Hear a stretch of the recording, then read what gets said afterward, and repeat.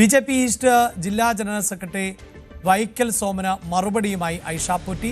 CPIM വിട്ടപ്പോൾ ചെറുതും വലുതുമായ നിരവധി പാർട്ടികൾ തന്നെ സമീപിച്ചിരുന്നു എന്നാണ് ഐഷ പോറ്റി പറയുന്നത്.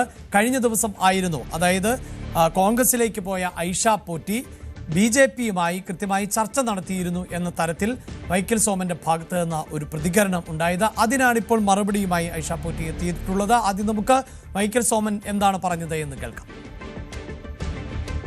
അല്ല, ഇതൊരു ഒഴുക്കാണ്. BJPയിലേക്ക് ഐഷ പോറ്റി, ഞങ്ങൾ വരും കാലങ്ങളിൽ ഐഷ പോറ്റി BJPയുടെ നേതാവുമായിട്ട് തിരുവനന്തപുരത്ത് ചർച്ച നടത്തിയ ഫോട്ടോസ് ഞങ്ങൾ പ്രസിദ്ധീകരിക്കും. അത് നമുക്ക് വരുമ്പോൾ ഞങ്ങൾ കാണാം. ഇലക്ഷൻ സമയമാവട്ടെ. ഈശ്വര വിശ്വാസിയായിരുന്നിട്ടുള്ള ഐഷ പോറ്റി, ഈശ്വര വിശ്വാസത്തിന്റെ പേരിൽ സത്യപ്രതിജ്ഞ ചെയ്ത ഐഷ പോറ്റി പിന്നീട് നിരീശ്വരവാദിയാക്കിയ പാർട്ടിയാണ് കമ്മ്യൂണിസ്റ്റ് പാർട്ടി. പോറ്റി എന്ന പേരിട്ടത് കമ്മ്യൂണിസ്റ്റ് പാർട്ടിയാണെന്നാണ് ഐഷ വക്കീൽ പറഞ്ഞത്. ഇവിടെ എൻ്റെ അച്ഛൻ ഐഷ എന്നായിട്ട് എനിക്ക് പോറ്റി എന്നുള്ള പേര് തന്നത് കമ്മ്യൂണിസ്റ്റ് പാർട്ടിയാണെന്നാണ് പറഞ്ഞത്. അപ്പോൾ ഈ പേരിടിയിൽ കർമ്മം വരെ നിർവഹിക്കുന്ന വർഗീയമായി ജാതീയമായിട്ടുള്ള ചേരുതിരിവിന് വേണ്ടി അല്ലേ എന്ന് നമ്മൾ ചിന്തിക്കണം. ഐഷ പോറ്റി ചർച്ച നടത്തി ഷാൾ സ്വീകരിച്ചിട്ടുള്ള ഫോട്ടോ വരുന്ന 2 ഇലക്ഷൻ ടൈമിൽ ഞങ്ങൾ പ്രസിദ്ധീകരിക്കാം. BJP ആയിട്ട് ചർച്ച നടത്തിയോ ഇല്ലയോ എന്നൊക്കെ ആയമ്മ പറയേണ്ടി വരും. അതിനുള്ള പ്രൂഫ് ഞങ്ങളുടെ കുറിച്ചുണ്ട്, ഞങ്ങൾ പറയാം. അത് അലസിയ കാര്യങ്ങളൊക്കെ ഇനി ചത്ത കുഞ്ഞിന്റെ ജാതകം വായിച്ചിട്ട് കാര്യമില്ല. നമുക്ക് ഫോട്ടോ ഇറക്കാം, ഇത് എവിടെയാണ് ചർച്ച നടത്തിയെന്ന്. എന്തുവല്ല നിങ്ങൾക്കൊരു വിരുന്ന് നമ്മൾ ഒരുക്കുന്നുണ്ട്. ഈ പരാമർശത്തിൽ ആണ് CPIM വിട്ടപ്പോൾ ചെറുതും വലുതുമായ നിരവധി പാർട്ടികൾ സമീപിച്ചിരുന്നു എന്ന് ഐഷ പോറ്റി പറഞ്ഞത്. ഷാൾ അണിയിച്ചു എന്നത് അവർ തെളിയിക്കട്ടെ എന്നും ഐഷ പോറ്റി പ്രതികരിച്ചു. ഷാൾ അണിയിച്ചു എന്ന് പറഞ്ഞെങ്കിൽ തെളിയിക്കട്ടെ. ഷാൾ അണിയിച്ചു എന്ന് പറഞ്ഞാൽ ഞാൻ എല്ലാ കാര്യങ്ങളും തുറന്നു പറയുന്ന ആളാണല്ലോ. എനിക്കതിനെന്താ വിരോധമുള്ളത്? എല്ലാവരും എന്നോട് സംസാരിച്ചിരുന്നു.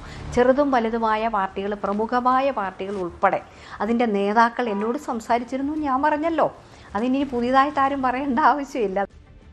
പഴയ പാർട്ടിയിൽ ഉണ്ടായതുകൊണ്ടും പാർട്ടി പ്രവർത്തനം മാത്രം നോക്കിയാൽ മതി എന്നുള്ളൊരു പ്രശ്നം വന്നപ്പോൾ എനിക്ക് മാനസികമായിട്ട് നല്ല വിഷമമുണ്ടായി. ഞാൻ ആ പാർട്ടിയിൽ നിന്ന് ഒഴിവാക്കിയേക്കാൻ പറഞ്ഞ് മാറിയല്ലോ. മാറി നിന്ന് പോയപ്പോൾ ഇത്രയും വർഷം പ്രവർത്തിച്ച ഒരാളെന്നുള്ള നിലയിൽ ഒരിക്കലും അങ്ങനെ പിറകോട്ട് പോകരുതെന്ന് പറഞ്ഞ് പ്രമുഖമായ പാർട്ടികൾ ഉൾപ്പെടെ എന്നെ ക്ഷണിച്ചിരുന്നു, എന്നോട് സംസാരിച്ചിരുന്നു. ഞാനല്ലേ പറഞ്ഞത്. ഇത് സോമനായാലും ആരായാലും പറഞ്ഞിട്ട് കാര്യമില്ല. പിന്നെ എന്ത് പുറത്തു വിട്ടാലും എനിക്കൊന്നുമില്ല. എൻ്റെയൊക്കെ അടുത്ത് വരുന്നവർ ചിലപ്പോൾ ഫോട്ടോ എടുത്തിട്ട് എല്ലാ ചാനലുകാരും മിക്കപ്പോഴും വരുമ്പോൾ അവരൊരു ഫോട്ടോ എടുത്തോട്ടെ എന്ന് പറഞ്ഞ് പോകാറുണ്ട്. അതിനെന്താ കാര്യമുള്ളത്? യെസ്, വിനീഷ് വാർത്തയുടെ വിശദാംശങ്ങളുമായി ചേരുന്നുണ്ട്. വിനീഷ്, ഇതാണ് ഐഷ പോറ്റിയുടെ മറുപടി. ഷാൾ അണിയിച്ചുവെങ്കിൽ അത് തെളിയിക്കട്ടെ, പക്ഷെ ചെറുതും വലുതുമായ പാർട്ടികൾ തന്നോട് സംസാരിച്ചിരുന്നുവെന്ന് ഐഷ പോറ്റി പറയുന്നു. തീർച്ചയായും അഭിലാഷേ, മണ്ഡലത്തിൽ രാഷ്ട്രീയ ചർച്ചകൾ കൊഴുക്കുകയാണ്. നമുക്കറിയാം, ഈ 3 മുന്നണികളിലും ഏകദേശം സ്ഥാനാർത്ഥികൾ ആരൊക്കെയാണ് എന്നുള്ളതിൽ സൂചനകൾ പുറത്തു വന്നതിനെ തുടർന്ന് സോഷ്യൽ മീഡിയയിലടക്കം വലിയ രീതിയിലുള്ള ചർച്ചകൾ തുടരുന്ന സാഹചര്യമാണ്. നമുക്കറിയാം, LDFന്റെ സിറ്റിംഗ് MLAയും ധനകാര്യമന്ത്രിയായ KN ബാലഗോപാലാണ് മണ്ഡലത്തിൽ സജീവമായിട്ട് നിൽക്കുന്നത്. അതുപോലെ തന്നെ കോൺഗ്രസിൽ നിന്നും ഇപ്പോൾ BJPയിൽ ചേർന്ന R രശ്മി NDA സ്ഥാനാർത്ഥിയെ മത്സരിക്കാനുള്ള ചില സൂചനകൾ മുന്നോട്ട് വരുന്നു.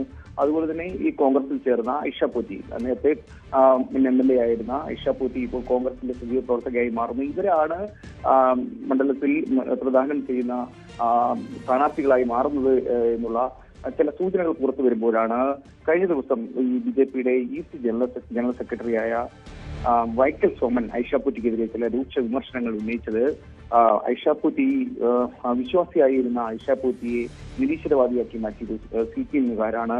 അതുപോലെ തന്നെ പോറ്റി എന്ന പേരിട്ടത് കമ്മ്യൂണിസ്റ്റ് പാർട്ടിയാണെന്ന് ഐഷ പോറ്റി പല വേദികളിലും പറഞ്ഞിരുന്നു. പക്ഷെ ഇത് കോട്ട് ചെയ്തുകൊണ്ടാണ് ചില വിമർശനങ്ങൾ മുന്നോട്ട് വെച്ചിരിക്കുന്നത്. ഇതിനെതിരെ വലിയ രീതിയിലുള്ള വിമർശനാത്മകമായ രീതിയിലായിരുന്നു വൈക്കൽ സോമന്റെ പ്രതികരണം. അതിൽ നിന്നെല്ലാം വ്യത്യസ്തമായിട്ട് മറ്റൊരു കാര്യം കൂടി സൂചിപ്പിക്കുകയുണ്ടായി. ഐഷ പോറ്റി BJPയിൽ ചേരാനായിട്ട് ചില ഉന്നതരുമായിട്ട് ചർച്ച നടത്തിയിരുന്നു. തിരുവനന്തപുരത്ത് എത്തുകയും BJPയുടെ ഉന്നതരുമായി ചർച്ച ചെയ്യുന്ന ചില ഫോട്ടോകൾ തെളിവുകളായി ഞങ്ങളുടെ കയ്യിലുണ്ട്, ഇത് വരും ദിവസങ്ങളിൽ പുറത്തുവിടും എന്നതടക്കമുള്ള ചില രാഷ്ട്രീയ വിമർശനങ്ങൾ കഴിഞ്ഞ ദിവസം മാധ്യമങ്ങളോട് പറഞ്ഞിരുന്നു. അപ്പോൾ ഇതിന് മറുപടി എന്നോണമാണ് ഐഷ പോറ്റി ഇപ്പോൾ ഒരു പ്രതികരണം നമുക്ക് തന്നിരിക്കുന്നത്.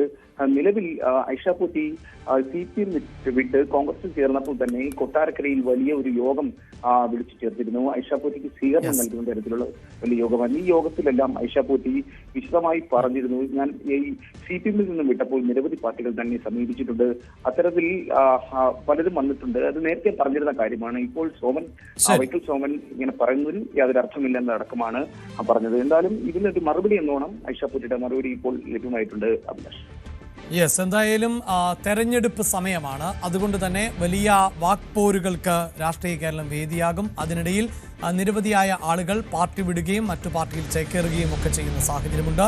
ഇതിനിടയിലാണ് ചില പാർട്ടികൾ തങ്ങളെയും ഇവരൊക്കെ സമീപിച്ചിരുന്നു എന്ന തരത്തിലുള്ള പ്രതികരണവുമായി വരുന്നത്. ഐഷ പോറ്റി BJP-യുമായി ചർച്ച നടത്തിയിരുന്നു എന്നുള്ളതാണ് BJP-യുടെ ഭാഗത്ത് നിന്നുണ്ടാകുന്ന പ്രതികരണം. അതിനുള്ള മറുപടിയാണ് ഐഷ പോറ്റി നൽകുകയും ചെയ്യുന്നത്.